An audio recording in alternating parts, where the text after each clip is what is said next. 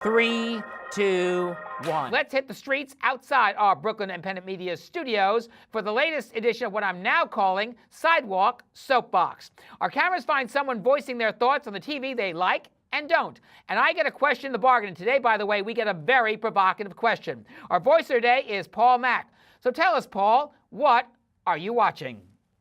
I'm watching Investigation Discovery, which is a crime scene show about old homicides that weren't solved back in the days. I like to watch NBA TV. What I don't like is that there's not too many African-American sitcoms on TV. Hey, Simon, how come there's not too many African-American sitcoms on television? You know, Paul, we could spend the whole half hour or hour about your question, and it's a very good one.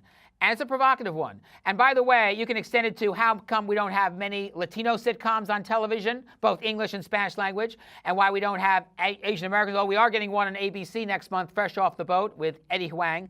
Part of the issue is the TV industry needs to wise up about the fact that there should be more, especially when we're on the road, in fact, toward being a public where half the public are people of color. African Americans, Latinos, Asian Americans, so on. And part of the reason is that we don't hear a lot about some of the sitcoms that are currently on. For example, Tyler Perry has 2 of them at least on the Oprah Winfrey Network, For Better or Worse and Love Thy Neighbor. Or, for example, Byron Allen, the independent producer syndicator, has got 2 sitcoms currently in syndication, both also on Centric. That's Mr. Box Office with Bill Bellamy, who's now the host on Let's Ask America, syndication, and very soon on GSN, as well as The First Family, Barack Obama kind of family, directed by Ted Lang, by the way, one of the co-stars of the classic The Love Boat. Another thing is that back in the 1990s and 2000s, we had a couple of networks that really dominated the sitcom deal with African Americans. For example, we had the CW, we had UPN, Kids WB, we had Martin on Fox, and we also, for example, had animated sitcoms like The Proud Family on the Disney Channel.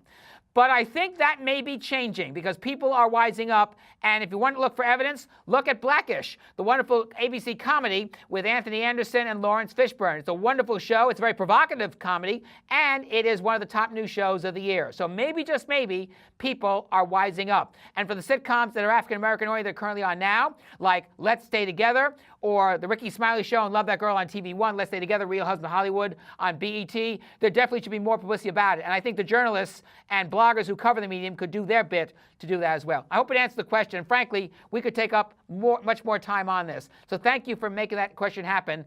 And it's a question that all of us in the TV industry should be not only questioning, but answering pronto.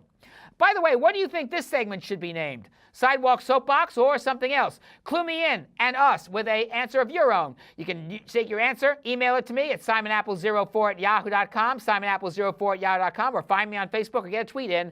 I'm all ears. We want to hear from you because I always say on this program, what you say matters.